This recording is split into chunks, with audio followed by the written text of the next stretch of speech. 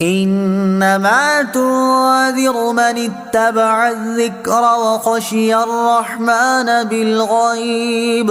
فبشرہ بمغفرۃ واجر کریم۔ ترجمہ: تم تو صرف اسے ڈراتے ہو جو نصیحت کی پیروی کرے اور رحمان سے بغیر دیکھے ڈرے، تو اسے بخشش اور عزت کے ثواب کی بشارت دو۔ انما تنذر من اتبع الذکر، تم تو صرف اسے ڈراتے ہو جو نصیحت کی پیروی کرے۔ تفسیر صراط الجنان میں ہے، یعنی اے حبیب صلی اللہ تعالی علیہ وآلہ وسلم، آپ کے ڈر سنانے اور خوف دلانے سے وہی نفع اٹھاتا ہے جو قرآن مجید کی پیروی کرے اور اس میں دیے گئے احکامات پر عمل کرے اور اللہ تعالیٰ کے غیبی عذاب سے پوشیدہ اور علانیہ ہر حال میں ڈرے، اور جس کا یہ حال ہے تو آپ اسے گناہوں کی بخشش اور عزت کے ثواب جنت کی بشارت دے دے۔ انا نحن نحيي الموتى ونكتب ما قدموا وآثارهم وكل شيء احصيناه في امام مبين۔ ترجمہ: بے شک ہم مردوں کو زندہ کریں گے اور ہم لکھ رہے ہیں جو عمل انہوں نے آگے بھیجا اور ان کے پیچھے چھوڑے ہوئے نشانات کو، اور ایک ظاہر کر دینے والی کتاب میں ہر چیز ہم نے شمار کر رکھی ہے۔ انا نحن نحيي الموتى، بے شک ہم مردوں کو زندہ کریں گے۔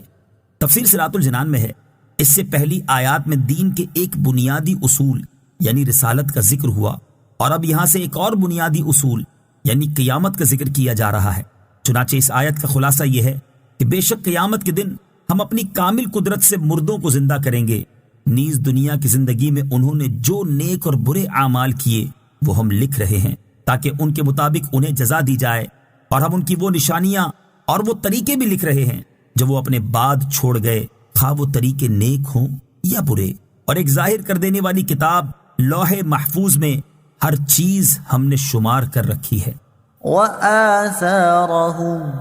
اور ان کے پیچھے چھوڑے ہوئے نشانات۔ تفسیر صراط الجنان میں ہے، آیت کی تفسیر میں بیان ہوا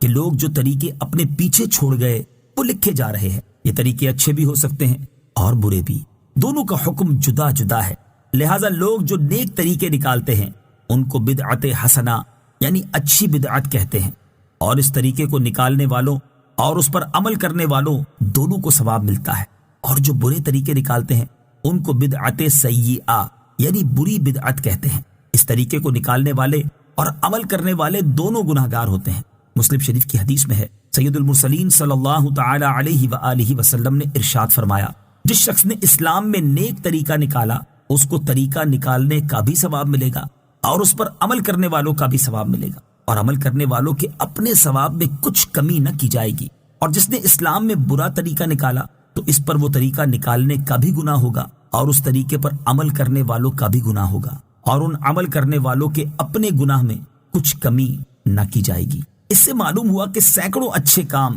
جیسے شریعت کے مطابق فاتحہ، 11ویں، سویم، 40واں، عرس، ختم اور میلاد کی محفلیں وغیرہ، جنہیں کم علم لوگ بدعت کہہ کر منع کرتے ہیں اور لوگوں کو ان نیکیوں سے روکتے ہیں، یہ سب نیک کام درست اور اجر و ثواب کا باعث ہیں، اور ان کو بدعت سیئہ یعنی بری بدعت بتانا غلط ہے۔ یہ طاعات اور نیک اعمال جو ذکر و تلاوت اور صدقہ و خیرات پر مشتمل ہیں بری بدعت نہیں، کیونکہ بری بدعت وہ برے طریقے ہیں جن سے دین کو نقصان پہنچتا ہے اور جو سنت کے مخالف ہیں، جیسا کہ حدیث شریف میں آیا کہ جو قوم بدعت نکالتی ہے اس سے بدعت کی مقدار سنت اٹھ جاتی ہے، تو بری بدعت وہی ہے جس سے سنت اٹھتی ہو، جیسا کہ بعض لوگوں نے صحابہ کرام علیہم الرضوان اور رسول کریم صلی اللہ تعالی علیہ وآلہ وسلم کے اہل بیت سے عداوت رکھنے کی بری بدعت نکالی، جس کی وجہ سے صحابہ کرام اور اہل بیت رضوان اللہ تعالی علیہ مجمعین کے ساتھ محبت اور نیاز بندی کا طریقہ اٹھ گیا، حالانکہ شریعت میں اس کا تاکیدی حکم ہے۔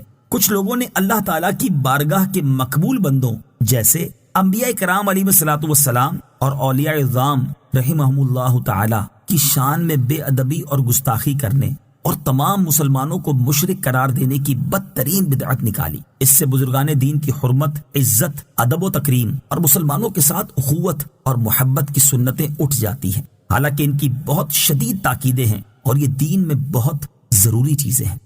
مرنے کے بعد باقی رہ جانے والے اچھے اور برے اعمال کی مثالیں۔ آیت کی تفسیر میں بیان ہوا کہ اللہ تعالیٰ انسان کی وہ نشانیاں اور وہ طریقے بھی لکھ رہا ہے جو وہ اپنے بعد چھوڑ گیا، خواہ وہ طریقے نیک ہوں یا برے۔ اس مناسبت سے یہاں ہم انسان کے ان اچھے اور برے اعمال کی 5 عام مثالیں دیتے ہیں جو اس کے مرنے کے بعد بھی جاری رہتے ہیں، اور یہ لوگوں کے مشاہدے میں بھی ہیں۔ چنانچہ اچھے اعمال کی 5 مثالیں یہ ہیں۔ نمبر 1، کوئی شخص دین کا علم پڑھاتا ہے، پھر اس کے شاگرد اپنے استاد کی وفات کے بعد بھی اس علم کی اشاعت کرتے رہتے ہیں۔ نمبر 2، کوئی شخص دینی مدرسہ بنا دیتا ہے جس میں طلباء علم دین پڑھتے ہیں اور بانی کی وفات کے بعد بھی طلباء دین کا علم حاصل کرتے رہتے ہیں۔ نمبر 3، کوئی انسان کسی دینی موضوع پر کتاب تصنیف کرتا ہے اور اس کے مرنے کے بعد بھی اس کتاب کی اشاعت ہوتی رہتی ہے۔ نمبر 4، کوئی شخص مسجد بنا دیتا ہے جس میں لوگ نماز پڑھتے ہیں اور یہ سلسلہ اس کے مرنے کے بعد بھی جاری رہتا ہے۔